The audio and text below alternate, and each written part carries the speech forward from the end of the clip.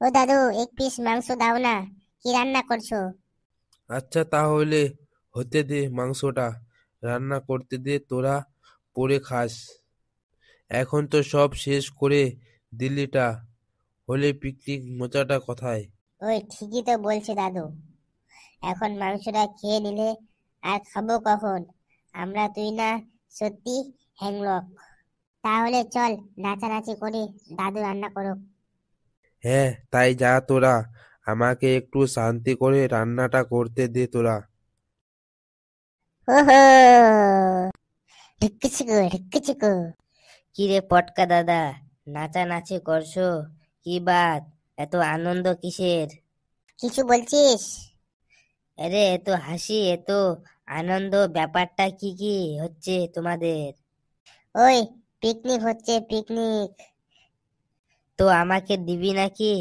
তোমরা নিজে নিজে খাবে? হ্যাঁ হ্যাঁ, চলে আসিস, একটু পর রান্না হয়ে যাবে। কি রে, রান্নাটা কথা করছিস? ওই তো পাশে দাদু রান্নাটা করছে। যা তুই রান্নার কাছে যা, আমাদেরকে একটু নাচতে দে। ওই দাদু, কি রান্না করছো? আমার মাথা বলছে, খাবি? আয় চলে আয়। এই এত খেপে যাচ্ছ কেন? আমি শুধু জিজ্ঞাসা করলাম। উফ। এই দেখ, এখান থেকে যা, মাথাটা গরম আছে। হে হে, পিকনিকে তো মাথা গরম হবেই। কতগুলো টাকা বেরিয়ে যাচ্ছে, মাথাটা গরম হবেই। এই, এখান থেকে যাবি কি না, না হাতা দিয়ে মারবো? হে হে, যাচ্ছি। এই কটা বদমাস আমার টাকাগুলো ধ্বংস করে দিল। এই দাদু, রান্নাটা কি হলো? হ্যাঁ হয়ে গেছে, একটু পরে দিব বস। এই পটকা, বইটা কে আবিষ্কার করলো রে?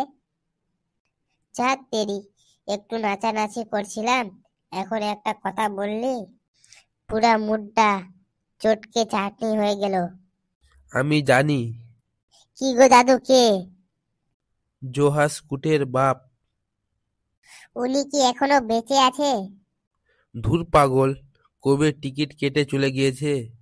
তুমি এত জানো কেমন করে? তোমাদের মতো ছেলে পেয়েদের কিছু জানতেই হয়। ঠিক হয়ে জেনে ঠেলে পেরেছো। জলদি রান্নাটা করো, তাড়াতাড়ি খাই।